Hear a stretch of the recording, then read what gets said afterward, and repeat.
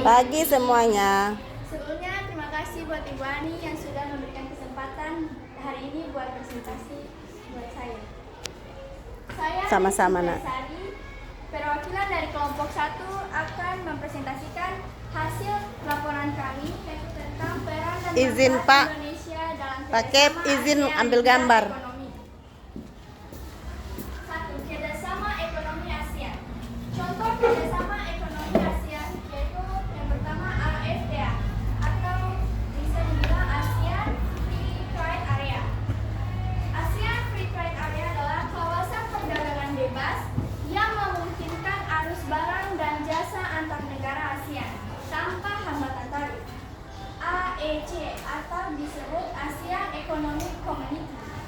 Integrasi ekonomi regional yang bertujuan untuk menciptakan pasar tunggal dan basis produksi tunggal ASEAN.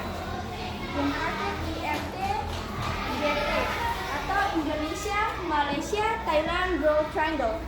Kerjasama subregional yang fokus pada pengembangan ekonomi di kawasan Indonesia, Malaysia, dan Thailand.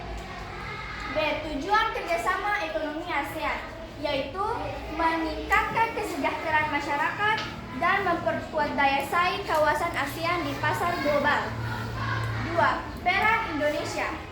Peran Indonesia dalam kerjasama ekonomi ASEAN, salah satu pendiri ASEAN dan berperan aktif dalam berbagai kerjasama ekonomi ASEAN.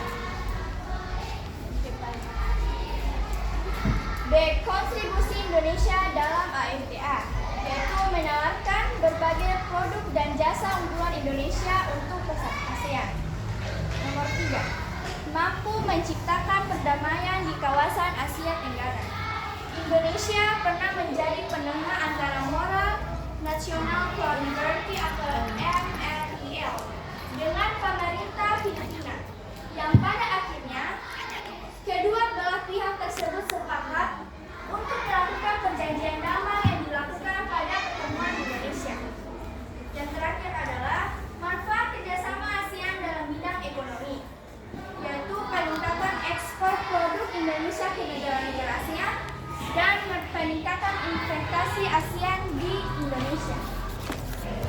Kesimpulannya adalah kerjasama ekonomi ASEAN memberikan manfaat bagi Indonesia, seperti peningkatan perdagangan